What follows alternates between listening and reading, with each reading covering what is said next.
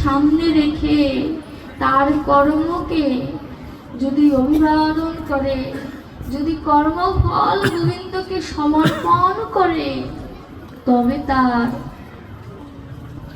ওই কুরুক্ষেত্রের সার্থকতা। আর বৃন্দাবন দেখবেন, আমরা যদি কোনো কর্মে লিপ্ত থাকি, অবসর প্রাপ্ত হই, ওই অবসর প্রাপ্ত সময় কিন্তু আমাদের কোনো বাধ্যবাধকতা থাকে না। বলছে কুরুক্ষেত্রে যদি কেউ জয়লাভ করে, বৃন্দাবনে গেলে তার বাধ্যবাধকতা থাকে না। কেমন বাধ্যবাধকতা থাকে না? তখন তো সে জয়লাভ করেই ফেলেছে, এখন তার চিন্তা হচ্ছে মুক্তি কবে পাবো। বার্ধক্য এলে যেমন আমরা আশায় থাকি, এই বুঝি প্রাণ চলে যায়, আর বোধহয় প্রিয় মানুষদের দেখা হবে না, সামনের বছর ভাগ্যে হয় কি না হয়। ঠিক তেমন কুরুক্ষেত্রে জয়লাভ করে যে বৃন্দাবনে প্রবেশ করতে পারে, তখন তার আর ইহ জগতের চিন্তা থাকে না। এই যে কুরুক্ষেত্র এবং বৃন্দাবন, সে তো বহু দূর, পাসপোর্ট ভিসা অর্থের প্রয়োজন। আমার তো অর্থ নাই, আমার শক্তিও নাই, চোখে কম দেখি, আমার কি গতি হবে? ভাগবত বলছে ভয় নাই। ওই বৃন্দাবন দর্শন করতে গেলে নয়ন প্রয়োজন, এই মানুষ নয়ন। আর আমার দেহ বৃন্দাবন দর্শন করার জন্য প্রয়োজন ভক্তি নয়ন। আমার এই দেহ বৃন্দাবনটা দর্শন করতে গেলে ভক্তির প্রয়োজন। ভক্তি বশং পুরুষম, বলছে আমার গোবিন্দ ভক্তিতেই বশ, তাকে অন্য কিছু দিয়ে বশ করা যায় না। ওই বৃন্দাবনে যাওয়ার জন্য ঐশ্বর্যের প্রয়োজন, অর্থাৎ টাকা পয়সার প্রয়োজন। আর এই দেহ বৃন্দাবনে যাওয়ার জন্য মাধুর্যের প্রয়োজন। মাধুর্য কোথায় পাবো? আমি যে মাধুর্যের মাধ্যমে বৃন্দাবনে প্রবেশ করব, সেই মাধুর্য তো কোথায় লুকিয়ে রয়েছে?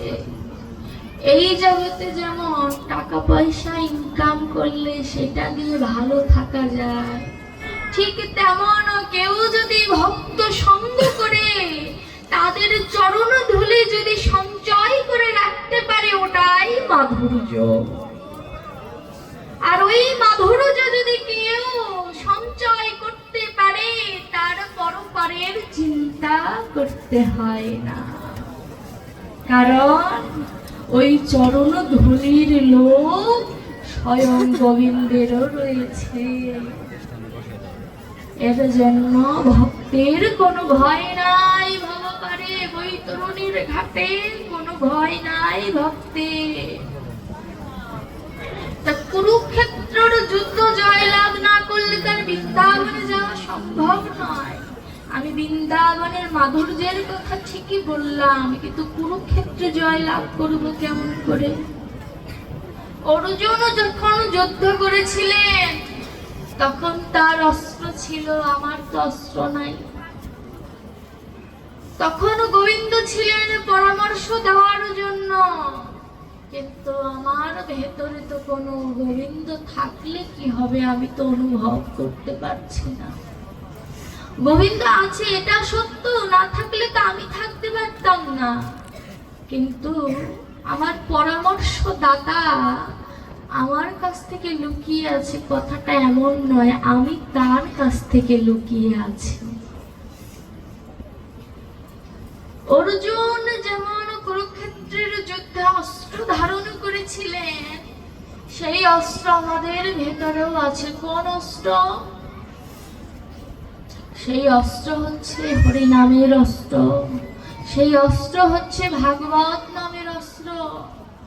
এই অস্ত্র দ্বারা যদি কেউ তার ষড়রিপুকে তার আয়ত্তে আনতে পারে, ষড়রিপু কোনোদিন দমন করা সম্ভব নয়। আপনার ভেতরে যদি কামনা থাকে, তাহলে কামনা আসবে না। আর কামনা যদি না থাকে, গোবিন্দকে আপনি পাবেন কেমন করে? আপনার ভেতরে যদি লোভ না থাকে, তাহলে আপনার ভেতরে ওই ভক্তের চরণ পাওয়ার যে লোভ, সেটা তো কাজ করবে না। আপনার ভেতরে যদি হিংসা না থাকে, তাহলে ওই ভক্ত পেয়ে গেল, আমার ভাগ্যে হলো না, এই কথা তো মনে জাগবে না। বলছে প্রয়োজন আছে, ষড়রিপুর প্রয়োজন আছে, কিন্তু ষড়রিপুকে গোবিন্দের চরণে সমর্পণ করে দাও। যদি চোর পুলিশের কাছে যদি হাত তুলে আত্মসমর্পণ করে, পুলিশ কি আর চোরকে মারতে পারে? ওই ষড়রিপু হচ্ছে চোর। কেমন চোর? এই যে তার বিশ্ব ব্রহ্মাণ্ড, এই বিশ্ব ব্রহ্মাণ্ডে সকল কিছুর মালিক হচ্ছে গোবিন্দ। তাকে না জানিয়ে, তাকে কিছু না দিয়ে আমি একা ভোগ করছি, তাহলে আমি চোর হলাম না? তো চোর যদি চুরি করে, গৃহস্থ যদি টের পায়, পুলিশকে তো খবর দেবে। ঠিক তেমন এই যে 84 ক্রোশ যে মানব দেহ বৃন্দাবন, এই বৃন্দাবনে অনেক রত্নের খোঁজ যখন চোরটি পেল, এই সব রত্ন দেহ থেকে পাচার করে দিতে লাগলো। কোথায় পাচার করছে? আত্মীয় স্বজন পরিবর্গ সকলকে পাচার করে দিতে লাগছেন। কেমন? ভালোবাসা। তার প্রধানই হচ্ছে ভালোবাসা। কুমুদ বলছে, ওরে গদা, করবি যদি ভালোবাসা, আগে তোর বাসা ভালো কর। যদি ভালোবাসা করতে চাস, আগে তোর এই যে হৃদয়ের যে বাসাটা, সেটা আগে ভালো কর। বলছে কুরুক্ষেত্রের যুদ্ধে অর্জুন অস্ত্র ধরেছিলেন, অনাসক্তির অস্ত্র। গোবিন্দকে স্মরণ করে তার আদর্শ মনে রেখে যুদ্ধ করেছেন। ঠিক তেমন আমরাও যদি গোবিন্দকে স্মরণ করে 5টি কর্মেন্দ্রিয়, 5টি জ্ঞান ইন্দ্রিয়, 6টি রিপু এবং পূর্ণাঙ্গ দেহ যদি গোবিন্দের চরণে দান করে দিই, গোবিন্দ কি গ্রহণ করবেন না? করবে। এটাই তার ধর্ম। কারণ তিনি বলেছেন ভাগবতে, দয়ালং শরণং ব্রজে, তার মতো দয়ালু এই পুরো ব্রজ ধামে নেই। তিনি যদি দয়ার সাগর হয়ে থাকেন, তবে তার করুণাই তার স্বভাব। কিন্তু করুণা পেতে গেলে তার আশ্রয়ে তো যেতে হবে। এই আশ্রয়ে যাওয়াই তো হলো না। দেখুন জগৎবন্ধু সুন্দরীর